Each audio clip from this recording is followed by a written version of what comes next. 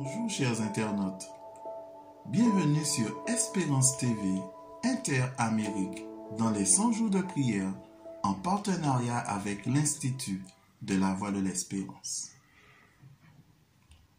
C'est toujours un plaisir partagé que de vous retrouver pour notre rendez-vous hebdomadaire des 100 jours de prière qui a débuté le 27 mars et qui entre dans sa 4e semaine.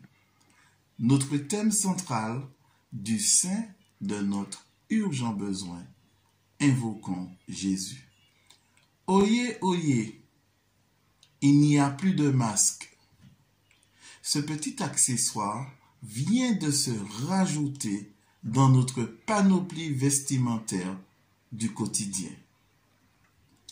Pour certains, en papier à usage unique ou pour d'autres en tissu lavable, il est devenu aujourd'hui l'accessoire indispensable pour garantir notre sécurité. Pour autant, la question est la suivante.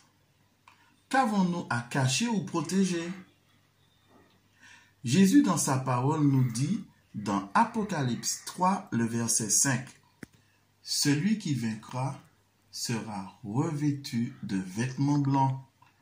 Je n'effacerai point son nom du livre de vie, et je confesserai son nom devant Dieu, devant mon Père et devant ses anges. » Voilà ce que Jésus nous dit. Voilà, chers internautes, l'accessoire par excellence que Jésus nous garantit aujourd'hui.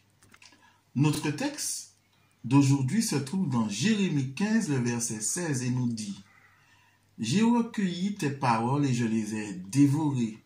Tes paroles ont fait la joie et l'allégresse de mon cœur, car ton nom est invoqué sur moi, Éternel, Dieu des armées. » Jérémie nous invite à manger la parole de Dieu comme la manne. Cette nourriture providentielle que Dieu donna à son peuple dans le désert, une nourriture complète et divine. De même, pour nous chrétiens aujourd'hui, nous traversons notre désert au travers de ce confinement. Mais profitons de ce temps pour dévorer la parole de Dieu qui est aussi doux que le miel, que celui qui coule des rayons. Beaucoup de citations nous parlent de Dieu. Celle que je vous propose aujourd'hui se trouve dans le livre Vers Jésus, à la page 137.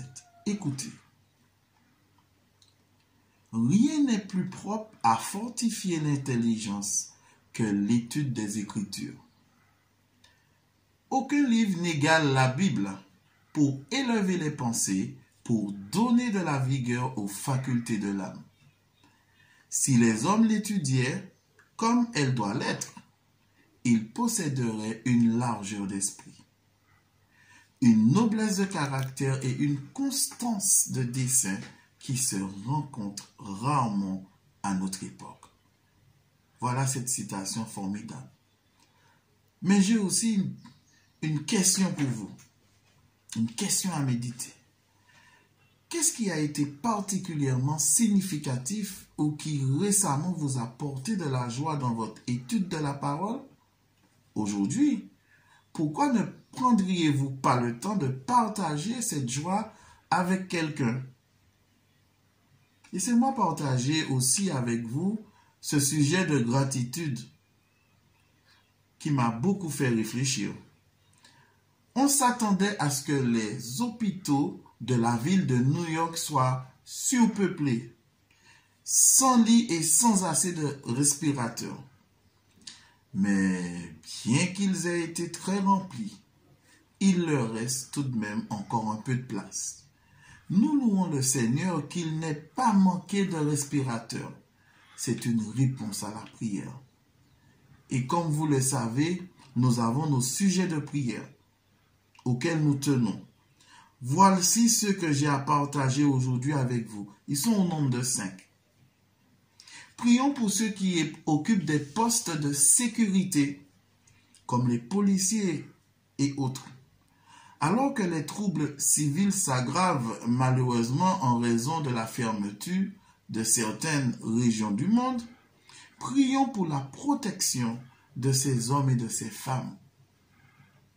Prions aussi pour les territoires de la division Eurasie de l'ex-Union soviétique, qui comprennent des pays comme la Russie et la Sibérie.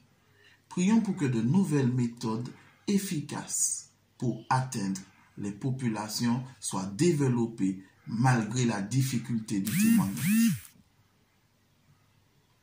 Prions pour que Dieu suscite des personnes pour partager son amour. Prions aussi pour que les gouvernements permettent aux gens de se nourrir ou de travailler leurs champs. Des millions de personnes en Inde sont enfermées et ne peuvent pas sortir de leur maison, ce qui signifie que beaucoup d'entre elles meurent de faim. Prions pour la sagesse des dirigeants d'Église, car ils doivent prendre des décisions importantes pour l'avenir en raison de la crise économique à laquelle nous sommes actuellement confrontés. Et enfin, prions pour la sagesse quant à la méthode de réduire les dépenses, tout en ne pénalisant pas, en maintenant l'essentiel et en poursuivant la mission de l'Église. Je vous invite à incliner la tête pour une courte prière. Tendre Père Céleste, nous te remercions infiniment de continuer à nous alimenter de ta parole, qui est aussi doux que le miel, que celui qui coule des rayons, qui continue à nous fortifier, à nous faire grandir malgré le confinement. Nous t'en prions en Jésus et pour ta gloire. Amen. Nous vous remercions infiniment de l'attention que vous avez portée à ce moment d'étude et nous vous disons à très bientôt.